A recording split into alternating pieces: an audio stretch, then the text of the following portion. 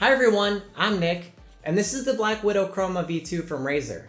There aren't any radical changes to this keyboard, but this updated version now has a smudge-proof top and includes a super comfortable wrist rest, similar to the one that comes with the Untitled Chroma. This keyboard also now comes in a choice of 3 switches, including Razer's newest yellow switch. The BlackWidow Chroma V2 retails for $169, and I'll put a link below if you want to pick one up. But let's start by taking a look at the design. The BlackWidow Chroma V2 loses the metal top and instead uses a smudge-free plastic. The flat black finish does resist fingerprints, but it's not perfect. It'll still show a bit of oil from your skin, but it's easy to keep clean. The keyboard feels really well made though. Everything feels solid, and there's no flex or creaking in any of the plastic.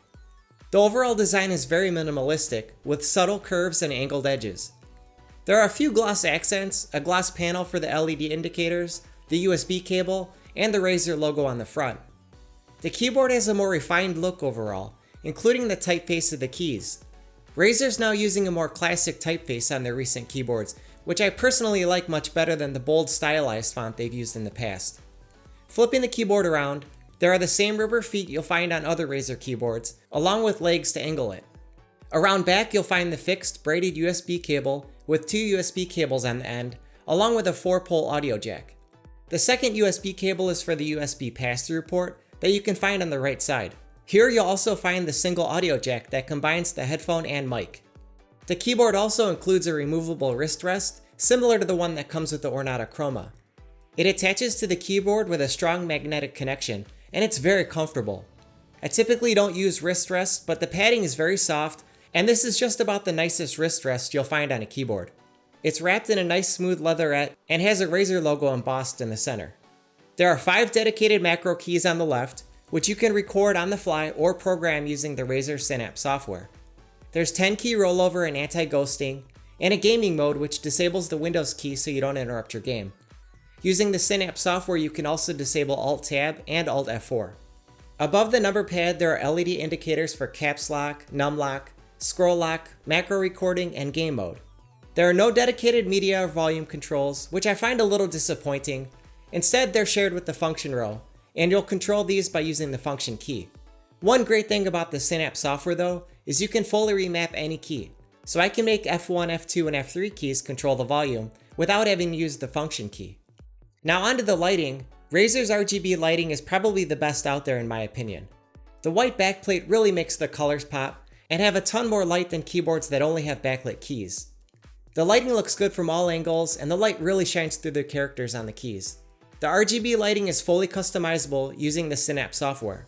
Here you can choose between a ton of preset modes like breathing, reactive, or wave, and you can tweak the settings of each mode, or customize your own. If you choose wave for example, you can set the colors, speed, width, and angle of the scroll. Razer software is probably the best out there in terms of ease of use, and you get a ton of control. You can choose between templates for different game layouts or customize individual keys. The BlackWidow Chroma V2 is now available with a choice of 3 switches. These are Razer's own switches which they design and manufacture themselves. Razer previously claimed that their switches had a 60 million click lifespan, but now they rate these at 80 million clicks, compared to Cherry MX switches which have a lifespan of 50 million clicks. I have the green switches here, which are nearly identical to Cherry MX Blues. They have an actuation force of 50 grams, they have a tactile bump and an audible click, which I personally prefer. I find these the most satisfying to type on, and I like gaming on these too. The green switches feel just about identical to Cherry MX Blues in my opinion. You can also choose between Razer's orange switch, which is tactile and silent, and Razer's newest yellow switch, which is geared at FPS and MOBA players. The yellow switches are linear and silent, and have less travel distance. They're really designed for speed and responsiveness. Here's a quick typing test so you can hear how the green compare to the Cherry MX Blue switches.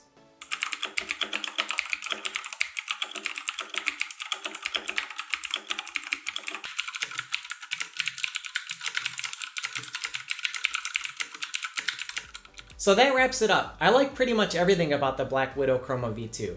It has a premium look and feel, and I really like typing on Razer's green switches. The lighting is about the best you'll find, and really pops because of the white backplate. You get a super comfortable wrist rest, and the Synapse software is easy to use and offers a ton of customization. I like the audio jack and USB pass-through, The only small thing I wish Razer would do is give you dedicated media and volume controls.